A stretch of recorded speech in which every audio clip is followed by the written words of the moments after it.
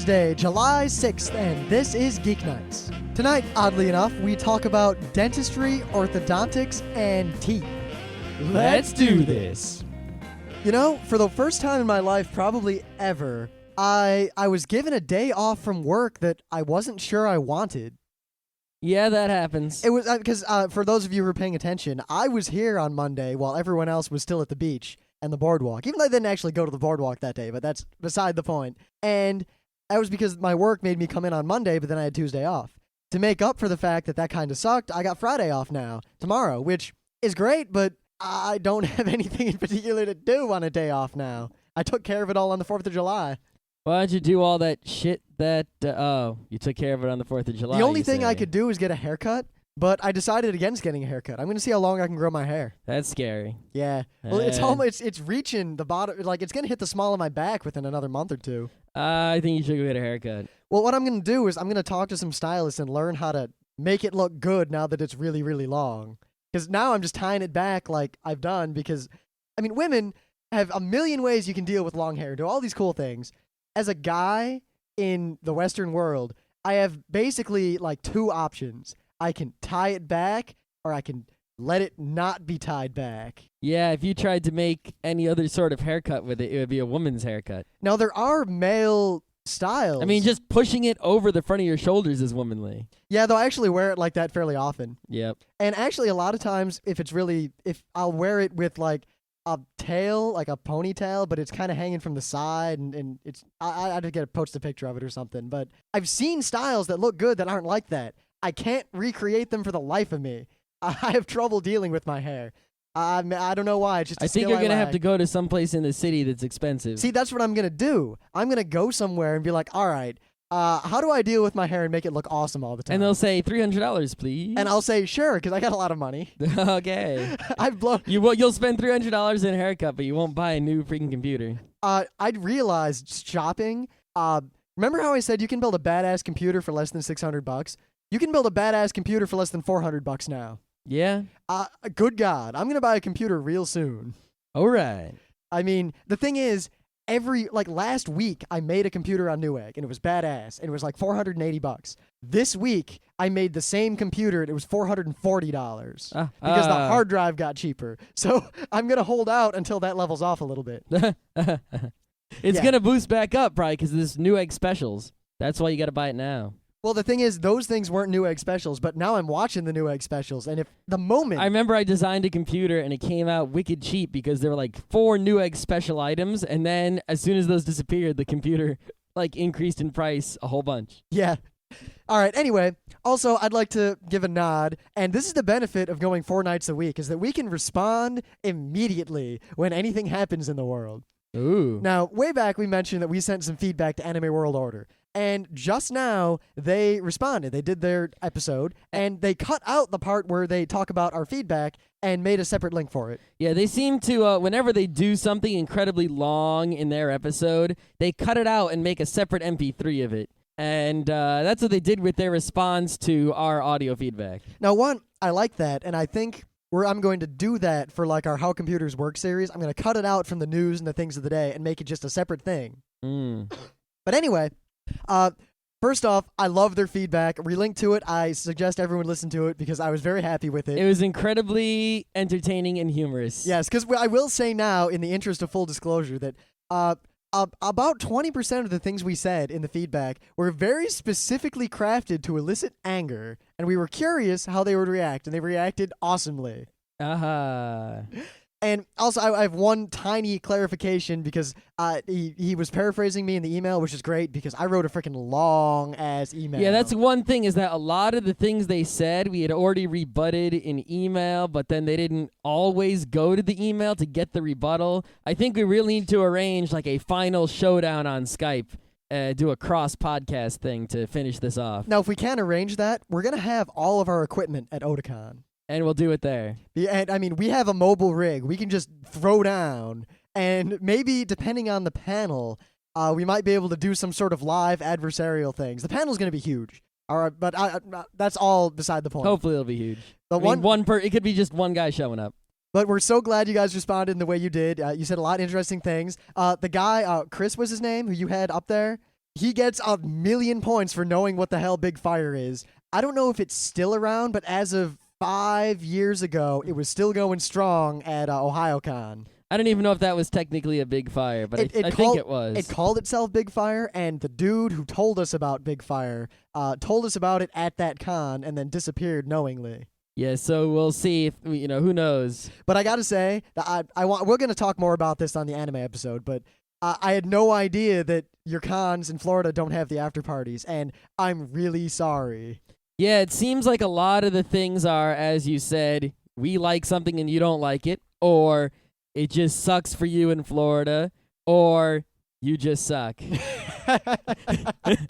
So all the arguments that end in one of those three things, I think we can eliminate, but there are some leftovers that require further discussion. Yeah, but seriously, that your descriptions, I've been to parties like the ones you described, and yeah.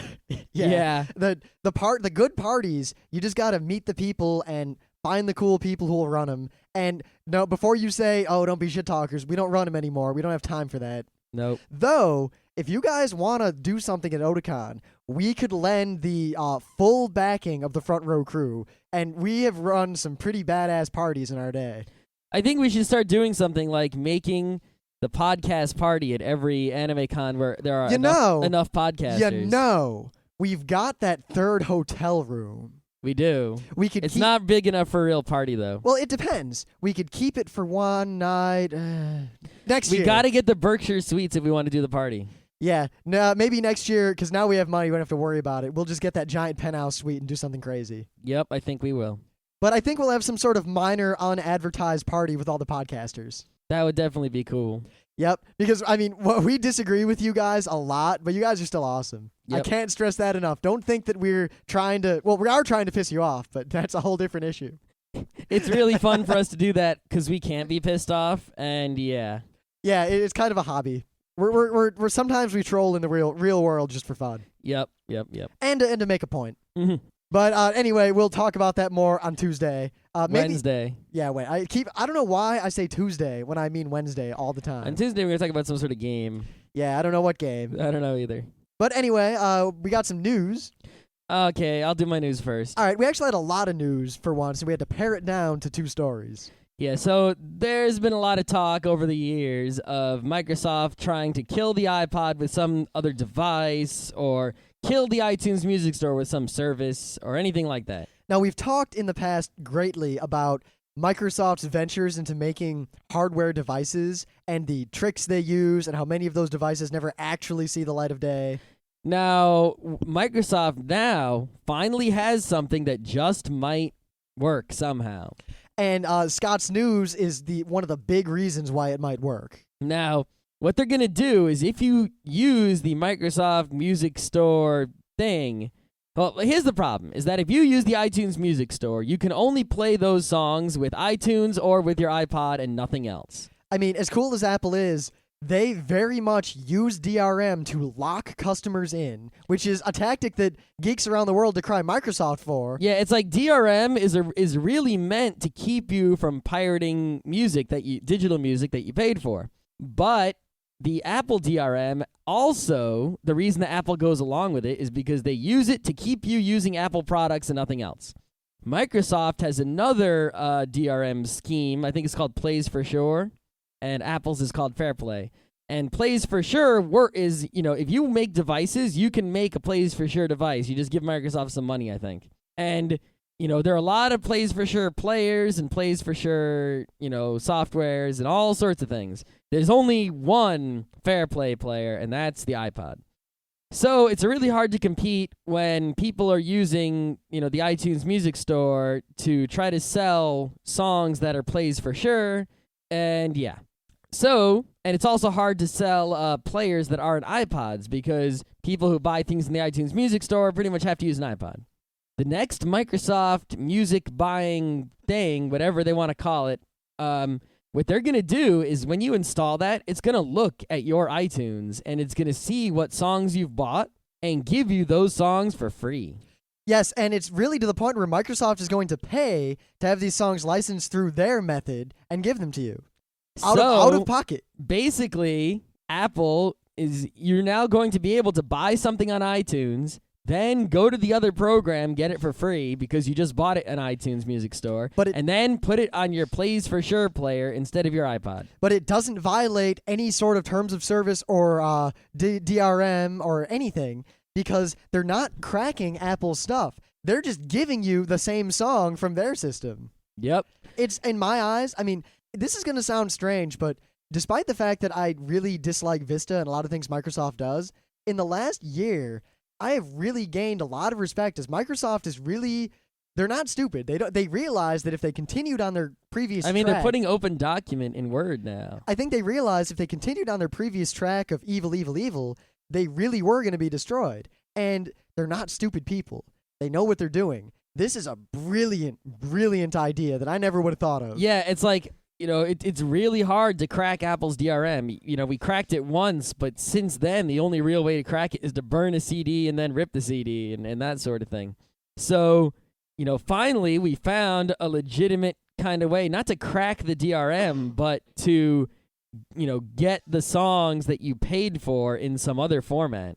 And this may or may not put a hurting to Apple if people decide, how many people out there really don't want iPods, but, buy them because they use the iTunes Music Store. Now those people might be able to be set free if Microsoft can inform them and grab them. Especially since non-iPod MP3 players cost a fraction of what iPods cost. Well, depending. At the lower level, Yeah. at the high space echelon, where the That's giant the thing iPods. is that the iPods, even if you just consider them as MP3 players, they are high-level MP3 players, Yep. except for the Shuffle. And the Shuffle really, doesn't compare with things like the little Cube thing and the SanDisk players and the Samsung players. Yeah.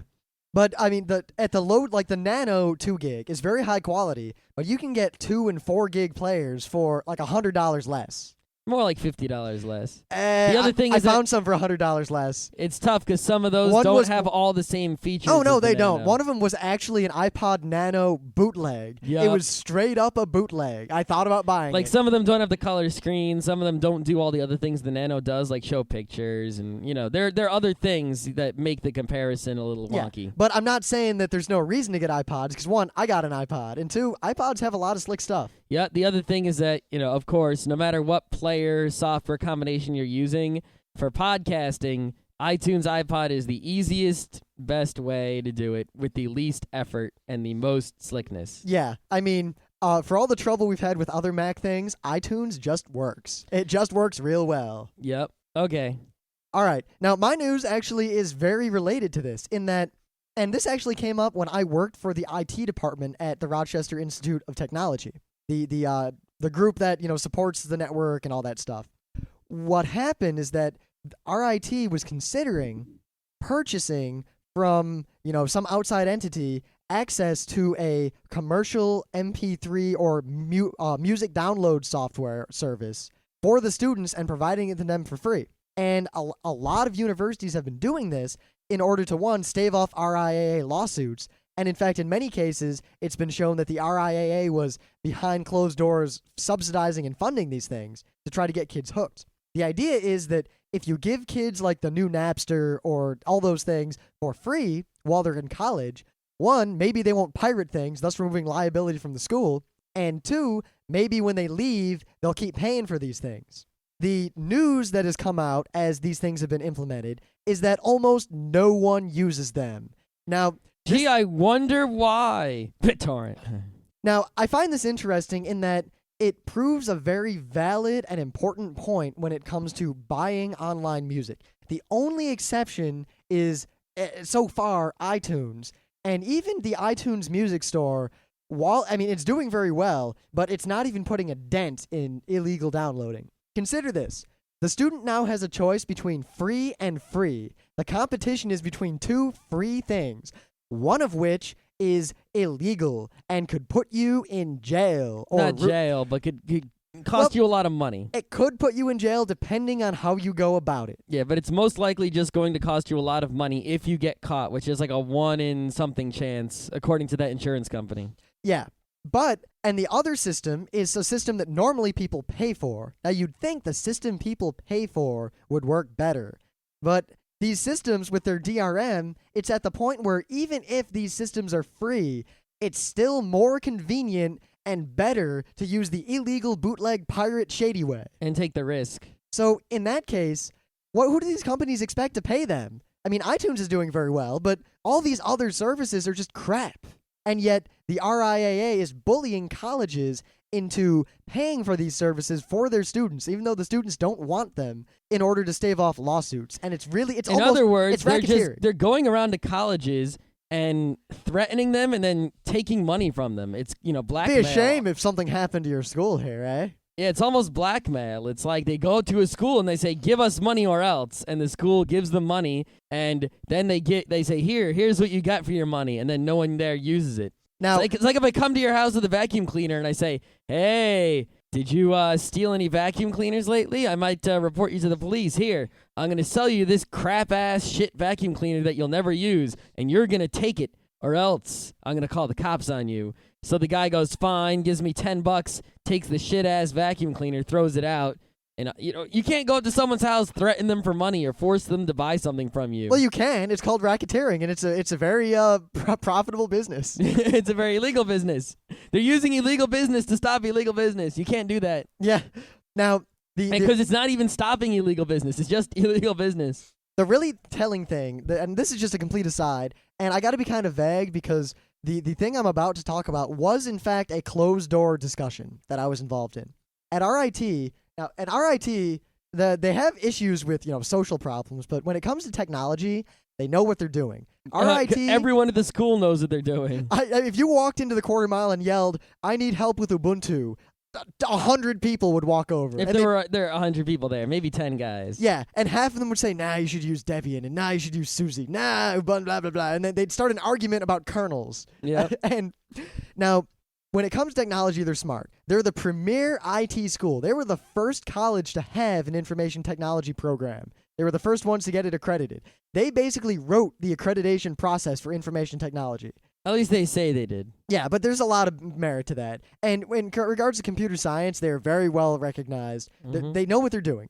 So when the RIA approached RIT about all this, and they were considering buying one of these services, we had a closed-doors meeting of the staff of the IT group and the higher-ups of the IT group, and someone from the great high-up beyond told this to us.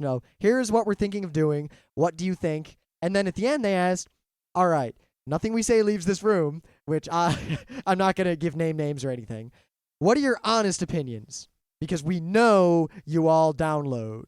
And unanimously, all of these technology professionals said, this is a stupid idea, this is racketeering, no one will go for it, the students will probably pirate more just to spite you. And RIT listened to all of us, and as far as I know, still hasn't bowed down to the pressure. Despite the fact that RIT has been implicated numerous times in massive, massive international piracy rings. Yep. I mean, the FBI came... There were kids who got, busted, you had customs officers coming and taking them away. That was Drink or Die, I believe. It might have been. Drink or Die was an international wares ring that was shut the fuck down, and the FBI and customs agents came and arrested kids. Yep. It was crazy.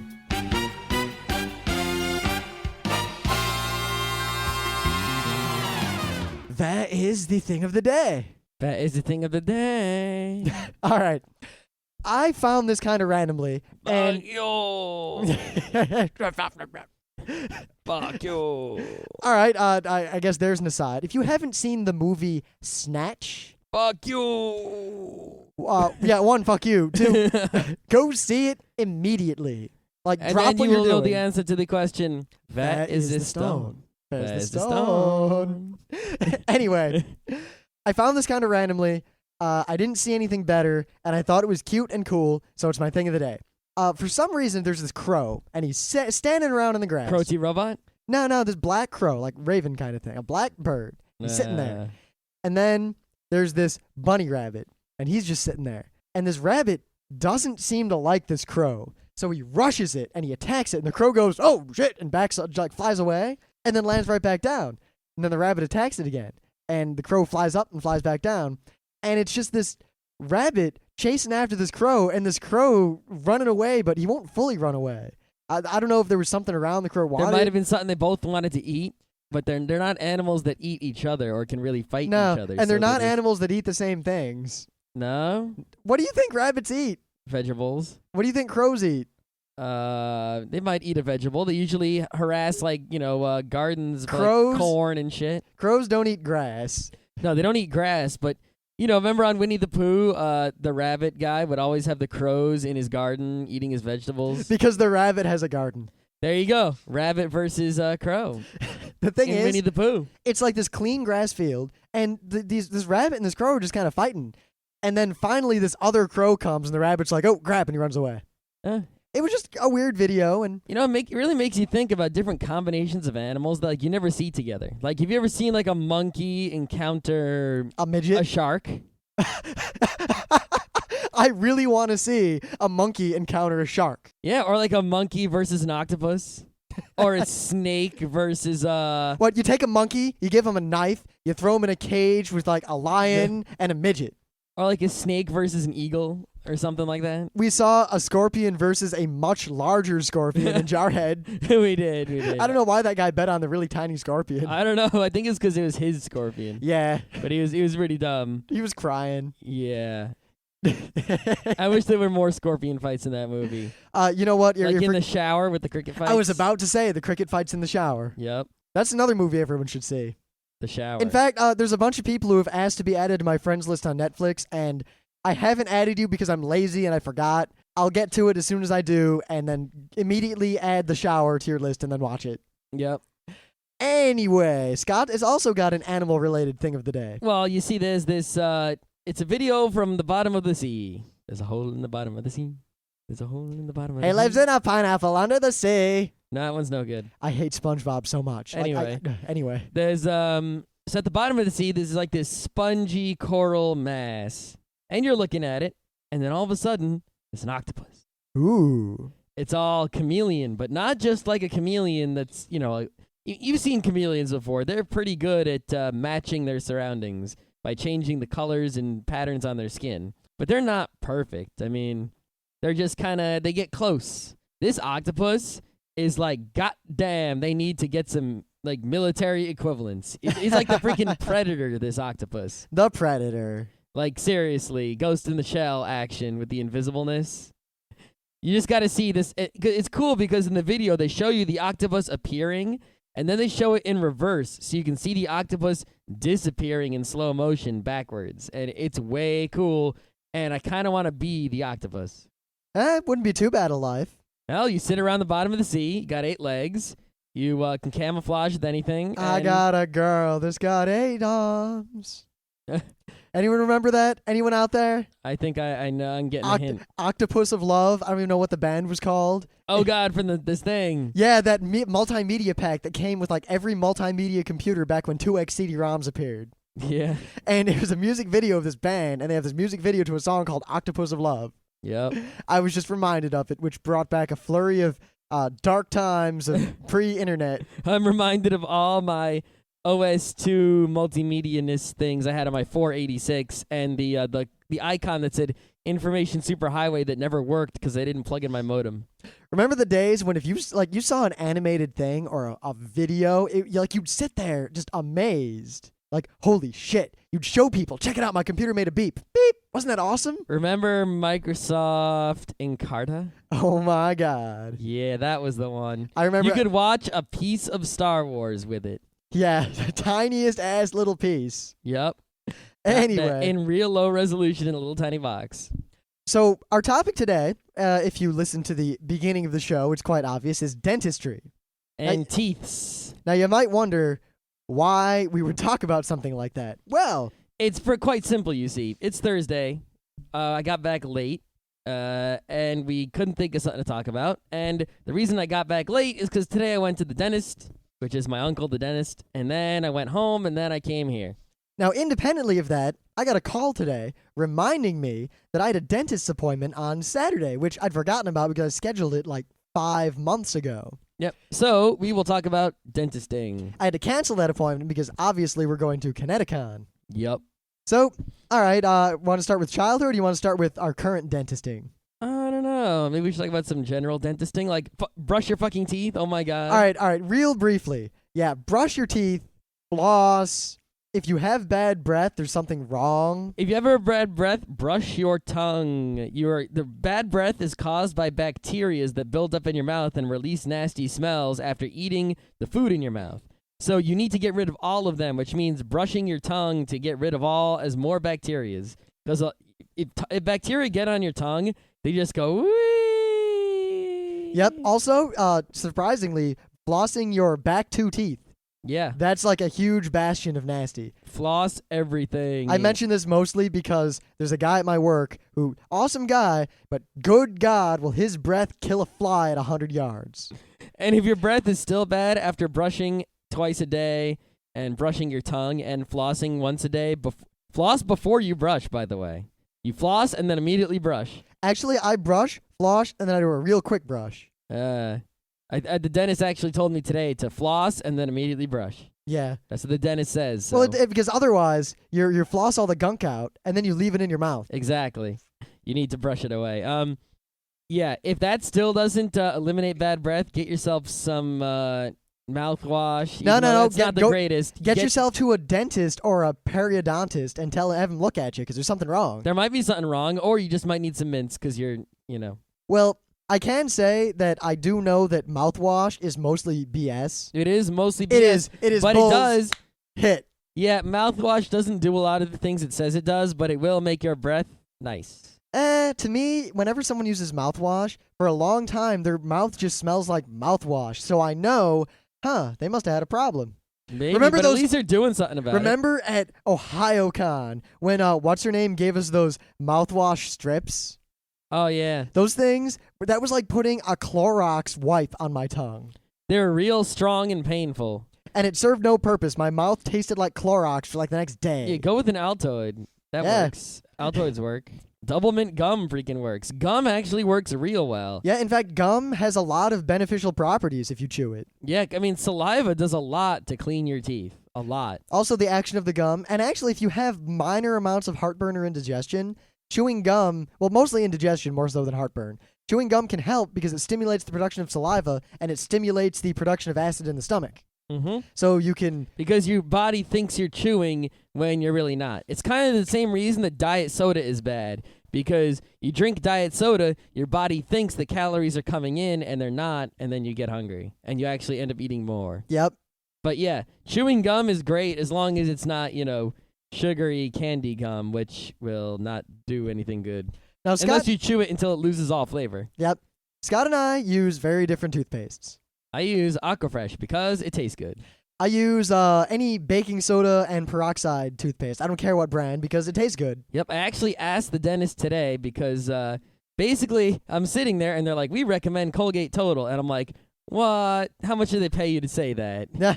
And they're like, actually, they didn't pay him to say that. The deal is that the regular toothpaste pretty much is as good as any other regular toothpaste. Don't use that whitening toothpaste. That's bad. Most of that is just BS. Toothpaste is toothpaste. It really doesn't do much. Most of the brushing and cleaning is the brushing itself. Though toothpaste just makes it taste good. Yep, though it also, like if you have bad breath, things like peroxide will kill bacteria. Yeah, they will. But actually, the baking soda and peroxide is, it's okay, but it fizzes and it's kind of nasty. And I like it. I really like the taste. Whatever. Apparently, the Colgate Total now, the reason they recommend it is because it has some bacteria-killing action that's, as good as, if not better, than the baking soda peroxide, but not the baking soda peroxide. Maybe I'll switch it up. I got a little free sample, so we'll test it out. I'll try some. Yeah, I mean, I'm not going to run out and buy toothpaste because it was dentist recommended. In fact, I think I have a whole tube of Aquafresh, so there's no way I'm buying new toothpaste until that's done. But, if the Colgate Total doesn't taste horrendous and I notice cleanlier teeth, I mean... While I switch it up, I've used baking soda and peroxide toothpaste for the last decade. So what? I like it. Ew. So if there are any things living in my mouth that have developed immunity to it, this Total whatever is going to fuck them up. I got to go read the little package. I got it in the other room. So all right. We'll see. Yeah. And as for floss, I personally recommend the Oral-B satin floss. It's more expensive, but we weren't paid to say this. This is really my favorite floss. This isn't some joke or He's anything. not kidding. He got mad at me when I used some of it once.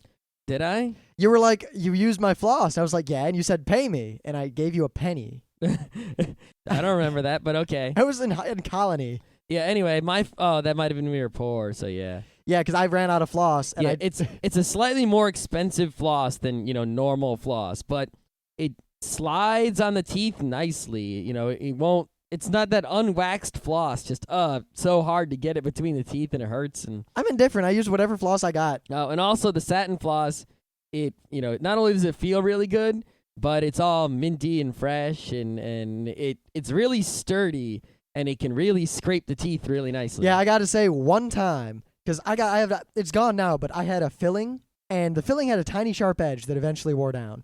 But at one point, I was flossing back there, and the floss was cut by this and broke. So now I had a piece of floss stuck between two teeth. There was almost no way to get it out. What was I going to do, floss? That did just push it in further. I just waited, and eventually my body must have not liked it there, and it slowly worked its way out. And like 3 days later, I saw it, and I grabbed it and ripped it out. Ugh, I'm just like, I got teeth pains right now thinking about unwaxed floss. Nah. Ugh. All right. Now, in terms of tooth health, my teeth are very good. They're very strong. My dentist always says that everything's great. But I do have a lot of fillings, mostly from my younger days. I have 2 fillings. My first one I got when I was 21, and the other one I think I got in 2003 or 4. So that was like a couple years ago. And I just went to the dentist today, and X-rays, I'm fine. I didn't get any more cavities. Now, what kind of fillings are they? Actually, the kind of fillings these are, they're not gold, sadly. What they are is they drill out the cavity. Because I read a Wikipedia a few days ago because I just happened to be bored, and I know all about all the different kinds. Yep, they put in this sort of goop. It's like a clay ceramic sort of all right, so you got like thing. the composite, like the natural looking ones. And then they take this gun. It's not really a gun, but it's like this bright heat light thing. The UV thing? Yeah. Yeah. They jam it in there and it cooks it and turns it. It's sort of like a little mini kiln, They put clay in there and then they point this thing at it for a while and it cooks it and turns it into something that's as hard as tooth, if not harder. Yep. Now, actually, the one thing a lot of people talk about, and I mentioned the type of filling only because I want to get a dig in here. There are people out there who have got this bug up their butt about amalgam fillings. Now, for a long, long time, and to this day, they're still used. By far, one of the best, most versatile ways to fill a cavity is with amalgam, which is a mercury compound.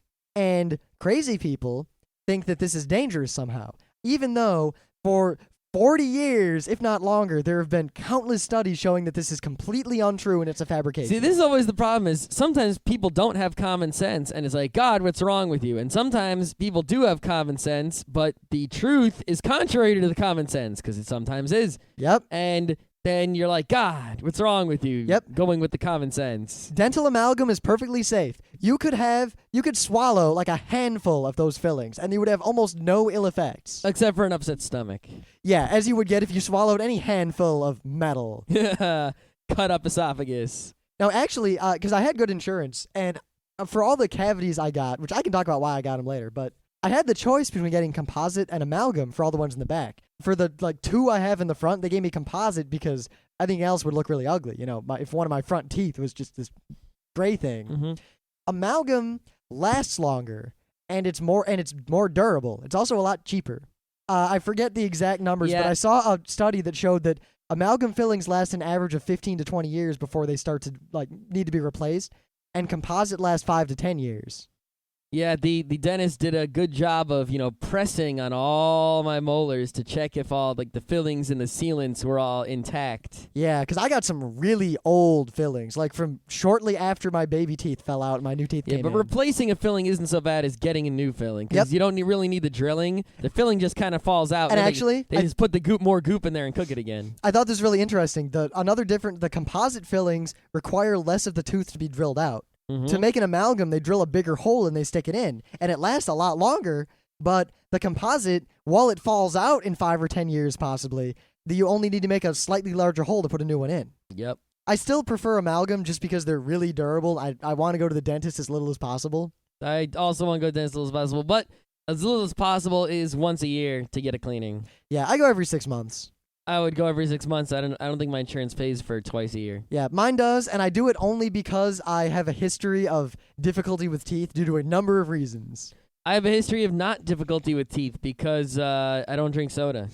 Yeah, I don't drink so much soda either, and soda really wasn't the cause of my troubles. I didn't say it's the cause of your troubles. Yeah, I think it's the cause of many troubles. It is. I'm not disagreeing.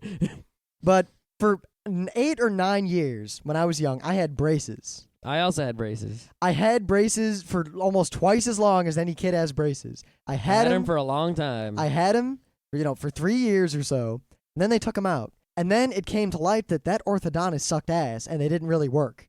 I got new braces for another 4 or 5 years, and I got those out while I was a freshman in high school. Well, it's a little late. Well, yeah, because it was a new set of braces. They had to start over. And it sucked to have braces that long. And as a result, a lot of my teeth got a little bit discolored, which actually works out because from a distance, they look a lot whiter than they normally would. My teeth look really, really bright and white. But that's because they have these calcium deposits in the enamel because of the cement from having braces for so long. And in addition to that, I got a bunch of cavities early on when I was young. And then I went to a different dentist finally, and the dentist said, your molars are really deep. They've got these deep, they're not they're cavities, but they're not cavities. They had really deep crevices. It's a genetic thing. I think 20% of the population has this, where the inside top part of your molars are really, really deep. And it's impossible to clean that, and if you have that, you'll get a crazy ton of cavities. So what he did is he filled them all in, and then I didn't get another cavity for 10 years. Yeah, those are called sealants. What they'll do is if they see a tooth, a molar that's real deep, that might get a cavity, what they do is they clean it out. The dentist can clean it out. You can't. And then they just fill the giant pit in the molar with a bunch of stuff that's similar to the stuff that they fill the other teeth with. But it's a little different. It's a chemical thing. They mix two things together and they stir it up and it reacts with each other. And it's sort of like a glue thing, kind of. And it just makes your molar less deep by filling it up with stuff. It's called a filling, not a filling, a sealant. Yep, it's a great thing. My cavities stopped and I didn't get any for a long time. It's really hard to get cavities in the molars after you seal them. Yep, unless you get one in the side, which usually comes from not flossing. Yes. Yeah, my braces situation. When I was a little kid, I went to one guy who gave me braces on the front teeth, because I had them out sticking, the big giant overbite. Yep. And then he gave me this other thing that was against the roof of my mouth. It was all weird. And then, what happened was the wire on those braces crept up into my gum, and I finally went to have it taken care of, and it was all bleeding everywhere. It was pretty nasty. So my mom, I think she decided that guy sucked. And we didn't go back there. She said, all right, take him off and we'll leave. Yeah. And then years later, I went to the very, very popular and wealthy orthodontist in the area. And, he hooked me up. Yeah, don't go to an unpopular orthodontist. Go to the guy, as much as you hate to go to him, go to the guy who's mad rich, has a whole mess of offices all over the place. Has the special rewards, you get things if you get good grades, and everyone's smiling. The guy who has a bunch of before and after pictures all over his office and has a room with 12 dentist chairs and an army of, dental people and dental hygienists. Yeah, and Game Boys all over the place for you to play while you're getting orthodontia. Those are the guys you want to go to. They're making a shit ton of money for a reason. Yep. And actually, my braces, I had a very big difficulty with them because I had braces, and I started playing the trumpet. God, that was a long freaking time ago. Now, playing a trumpet with braces is fine. You can do it. And in fact, there's a disadvantage in that there are braces in the way, which screws up your embouchure. There's an advantage in that you can't put a lot of pressure on your lips without cutting yourself. As a result, you learn to play the trumpet properly, as in not using a lot of pressure, which in the end will make you a better trumpet player. Mm-hmm. Now, fast forward to high school, when I'm not really good yet, but I'm as good as you can expect someone to be after 4 years. I'm pretty good. I'm okay. I get to high school, braces come off. I can't play a goddamn thing now suddenly. And I had to relearn to play the trumpet because I didn't have this thing in the way. And it sucked ass. Why don't you just put some thing in the way? I did for a while. Oh. I had retainers that I eventually stopped wearing because it didn't matter. Yeah, I just stopped wearing my retainer also. It Yeah, was like- supposed to be a nighttime only retainer. Yep, mine was nighttime only for the rest of my life, and after about a year, I was like, fuck this. Yeah, I wore it for like maybe some months, and then it kept I'd forget to wear it, or I didn't want to wear it. So And then if you waited too long, then it hurt to put it back in. or it didn't fit, or Yeah. you couldn't put it back in. And like I think twice I went to get them to fix it so it fit again. Yep. And then after that, I'm just like, fuck this shit. Yep, I was like, and I was supposed to keep doing it till I was 18. I did it for maybe a year. yeah, the best part of that is that the ramifications of not wearing my retainer anymore were so minor that it was so worth it. I got a tiny bit of a snaggletooth, which is no big deal, and my bottom row of teeth curves in like a millimeter. Yeah, my teeth are pretty straight. Yep. I don't mind. They're it's not like they all stay in my mouth. Yep, I never lost a tooth. Of course, part of my orthodontia involved the pulling of 4 teeth. Ooh. You see the the pointy teeth? the canine? Yes, the tooth right behind the pointy tooth, the first molar. I had all 4 of those removed. Whoa. All 4 of those were pulled out, and then they used braces to pull all the other teeth inwards towards the front. This had an advantage in that it has made some room for the wisdom teeth. So you didn't have to go through that rigmarole? I got 4 wisdom teeth because I had 4 less than wisdom teeth pulled out. Now, I'd like to say, one, my stepdad's an awesome dude. His wisdom tooth story is interesting because he had a 5th one. What? Now, no one out there could guess where this tooth grew. Oh, I remember now. It grew in one of his sinuses in the middle of his head. There's just this tooth in there. And It's like those guys you see, the freak shows where like there's a mouth growing on the side of the face, or there's some hair coming out of a place there shouldn't be, or there's there's like a little nose growing somewhere. he just has a tooth in there. And the doctor said, well, does it hurt? And he said, no. And he said, well, I'm not going to try to take that thing out. But anyway, I'd heard all these horror stories everyone had ever talked to in high school because everyone was getting their wisdom teeth out about around the time I was going to get them out.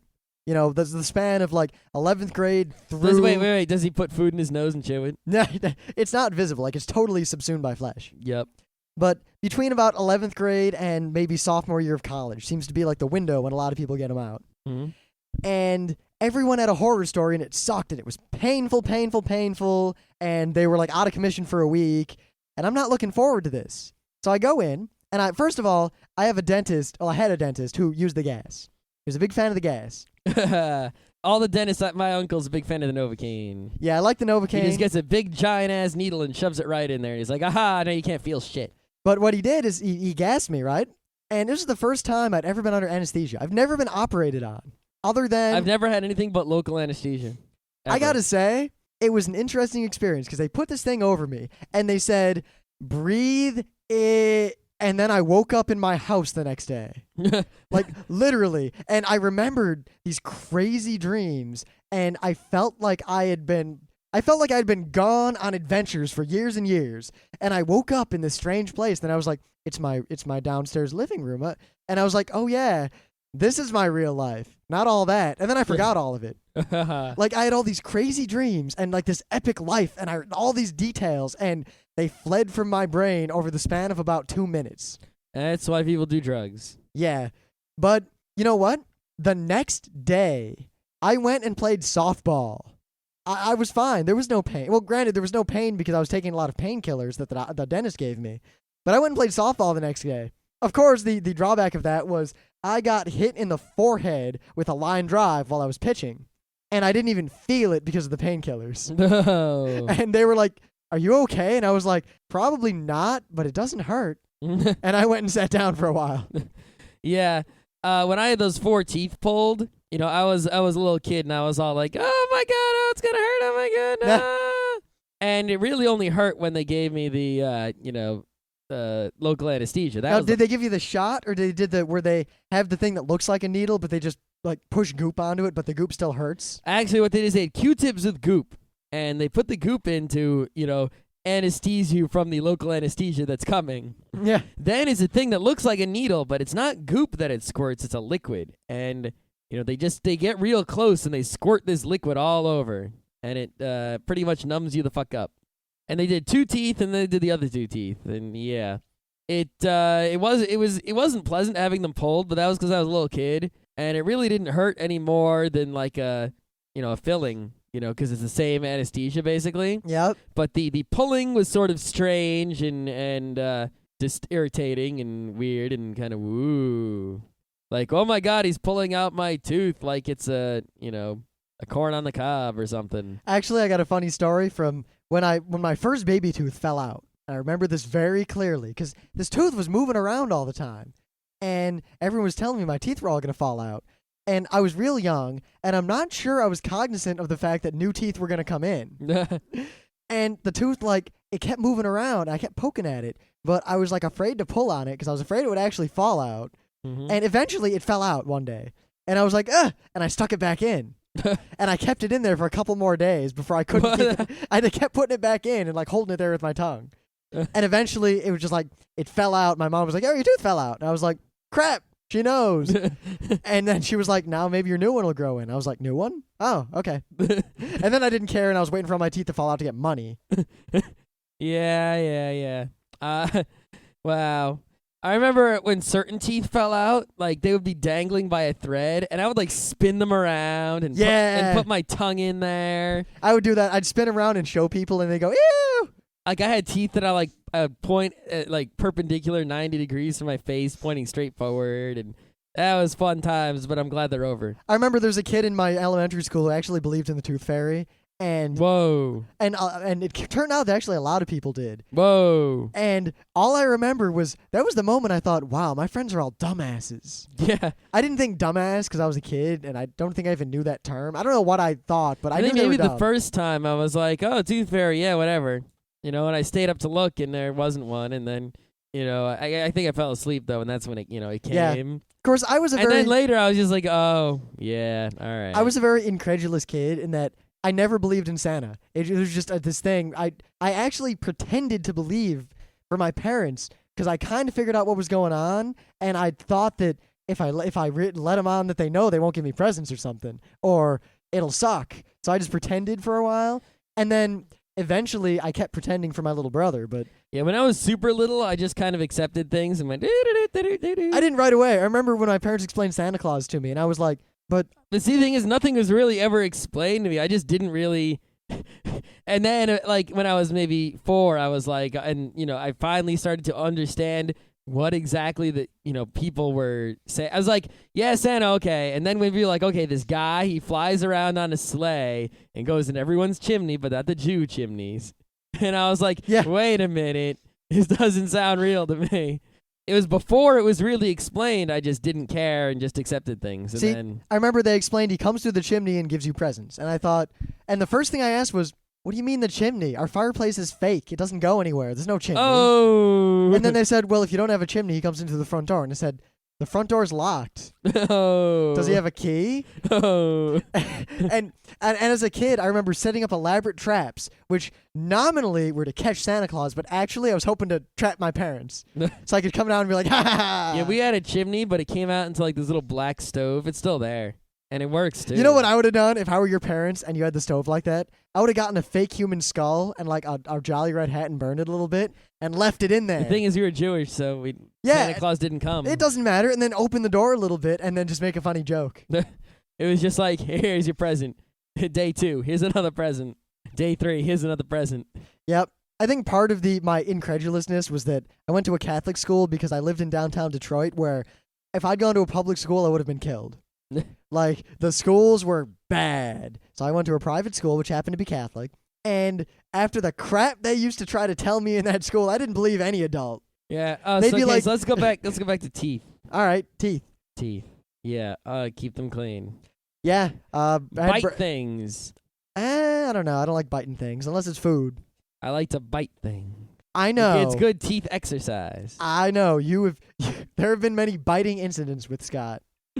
Yeah, I'll bite Actually, you. Kate bit me at the shore. Oh, God. Yeah. I forget why. Biter. Yeah, well, you're one to talk, Captain Bite McBite. Hey, biter is like a compliment. To you. Yeah, it is. It's like, hey, biter, what's up?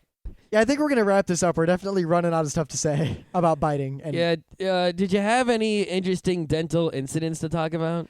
No, I have a bunch of fillings from when I was young.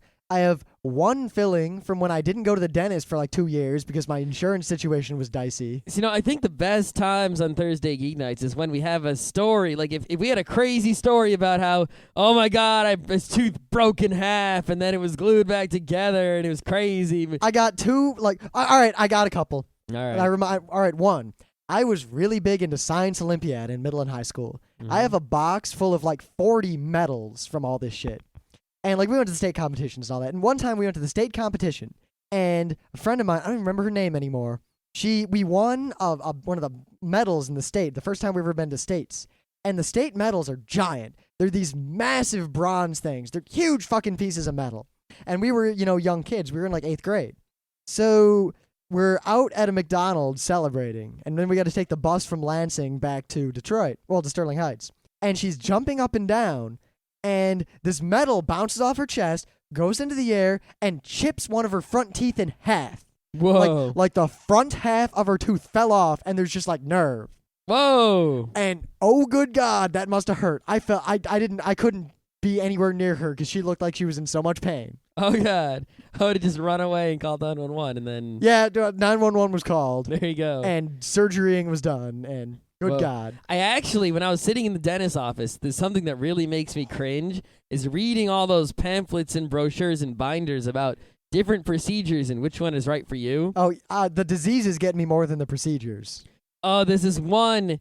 I didn't realize this before, but you can get these dental implants. Like, let's say I lost a tooth, like it just fell out. Right? Oh, where they put the screw in and then they screw the tooth onto it? They take a titanium screw and they screw it into your jaw. That's awesome. And then they put a tooth on top of that, and you can actually change that tooth out, but it's not necessary. See, I'm fascinated by medical procedures, and they never bother me. See, it's a very good thing, I mean, if you don't do that, your jaw will start to disintegrate, and you'll get that old man with the lower jaw sticking out, and all kinds of bad shit will happen if you just lose teeth and don't put something in the jaw. But at the same time, think about a titanium screw. You know what? Going into your jaw in a place where there's a tooth missing, screwing and grinding your jawbone. See, you know what I think? I think, awesome. I'm going to be like the $1 Million Man. They're just going to augment me all they want. Replace this joint while you're at it. All right, Give you me know a new what? foot. Let's go pull all your teeth out and put titanium screws in. Well, the only reason I wouldn't is that currently natural teeth are still better than even the best artificial teeth. It's better than a titanium tooth? Yeah, natural teeth are really good for a lot of reasons.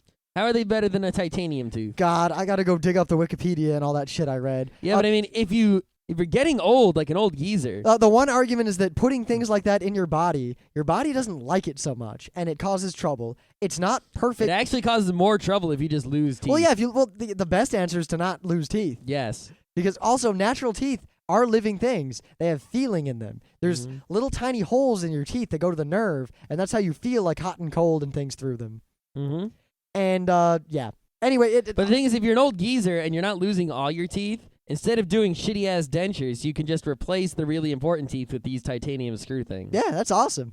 Now, what bothers me is when I see pictures of, like, someone who had gingivitis, and then it turned into a periodontitis, and then... Gingivitis. When someone's gum just, like, rots away, or the dudes who have, like, one yellow tooth left. The worst are the pictures of, like, people who smoked or chewed tobacco, and then their teeth get all screwed up. Oh, God, the worst picture I ever saw. A guy's mouth was maggoty with maggots. Because he had a gum infection, and flies got in there, and...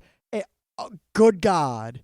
Good fucking God. It wasn't a Photoshop. It's on Snopes somewhere, and Snopes was like, yep, that happened. Oh, God. Oh, God. Actually, there's a worse picture than that I'm not going to talk about, because even... Go see. No. Girl. No. I'll save it. Party. No, it's the only thing other than this maggoty guy I have ever seen that actually disturbed me. Yeah, but see, it's not so much the procedures themselves that bother me. It's imagining the procedures being performed on me. You know what I imagine? I'm going to be drugged and knocked out, and then I'll wake up with an awesome titanium tooth. Yeah, see, that's the part I don't imagine. I imagine being awake and having this tooth crammed into my mouth. Now, my mom, way back, got a radial keratotomy, RK surgery, like before there was LASIK. She got the old Russian eye surgery. And the way they did that is that they gave, local anesthetic and special anesthetics to where they knock you out for the most part, but you're conscious and aware and can respond to stimuli. And they ask you to do things during the procedure, and you're fully awake and you can feel them like cutting at your eye, but it doesn't hurt. You just feel pressure. And yeah, imagine that. It's bad. Or what about the rare cases where someone wakes up, someone becomes aware and conscious during surgery, but they can't move because of the anesthetic, but they still feel everything. It's rare, but it has happened. That is a scary thing. I don't want that to ever happen to anyone. Oh, God. Except for bad people, but oh, God. No, even then. Because, regarding the death penalty, there's actually a news I almost did where the anesthesiologists of America are trying to band together and refuse to administer lethal injection on the grounds that the way we do lethal injection is often horrible and painful, and that there are much more humane ways to execute people. Just fucking stab him in the neck. No, that hurts. Honestly, shoot him in the head. No, beat him with a club. Carbon monoxide poisoning. It works. That there is absolutely we have gas chambers. No, those are cyanide gas poisoning. What the hell? Yeah, they're horrible and painful. Why do they use cyanide gas? Because there's this thing. Basically, say what you will about the death penalty. I am in a utopian world, and from an ideological standpoint, I am an advocate of the death penalty. Why don't we just toss people into pools of acid? Because that would really fucking hurt. Really strong acid, like it immediately disintegrates you. It's so strong. Regardless of any of our views on the death penalty, because I could talk at length about this, and I'm sure all of you could too. If you're going to do it, let's assume that the death penalty is going to happen. I don't care what horrible things a person did. I think that the moment at which you realize that you are going to die, because this isn't like being shot suddenly or just dying somewhere. This is where you've known you're going to die for a long time, and then you know the exact moment you're going to die. And then some men come and they do it, and you're aware right up to the end. I can't imagine anything, well, to me, not frightening, but fascinating. But to normal people who aren't nuts like me, I imagine this being the most frightening thing you can imagine. And I don't care what horrible thing you did, I can't justify making that painful in addition to all of that fear. Maybe someone wants it to be painful. They're one of those pain likers. Yeah, I'm of the mind that we have the science to execute people 100% painlessly, and we choose not to due to stupid political reasons. Maybe what we should do instead of having the death penalty or jail is if you get caught committing a crime, we just perform a painful medical procedure on you so that you don't want to commit more crime. A constitution, cruel and unusual punishment. That's not cruel or unusual. That is quite cruel. It would not be cruel if we started doing it all the time, and then it wouldn't even be unusual either.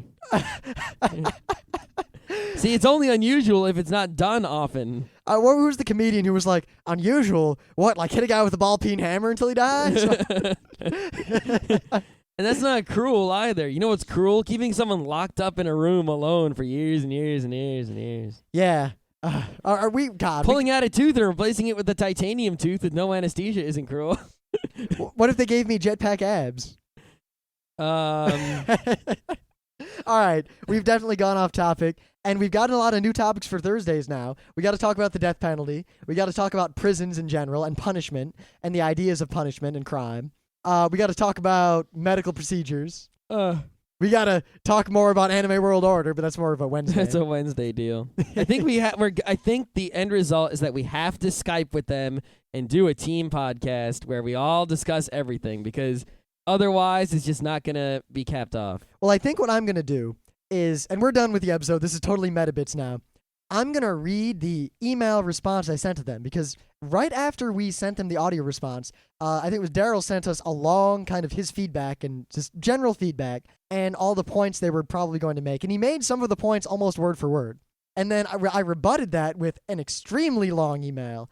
And I just want to read the email because I think it was very well done. And there were some points we made that they rebutted in the email, but he didn't rebut in the show, which I was sad because I wanted to hear their rebuttal, and then I wanted to rebut that rebuttal. Rebuts. Butt sex? When something's up, it's probably the butts. Yeah. And on one final note, if you want to see us, come to Kineticon in Hartford, Connecticut, Saturday. We will be there. It won't be hard to find us. good God, is it not hard to find us at a convention? Yep. You could go to Otakon knowing nothing about us, and I can guarantee that you would find us because we stand out in a crowd. All you have to do is say, if you really can't find us, just go around the con to each different room and say, I'm looking for Ram and Scott. Oh, yeah, or the front row crew or Geeknights, or even just anytime you see a group of people, like especially at Otakon, a large group of people in a bustle, making noise or doing something, or in any way standing out in the crowd, or anyone who's that guy, here's a good example. Say in opening ceremonies, someone on stage, has a thought bird moment where they forget the name of a panel, and some guy in the audience yells out the answer. It's probably us. Yep. We're loud, we're there, we're around, and you really can't miss us. Nope. Okay. That's it.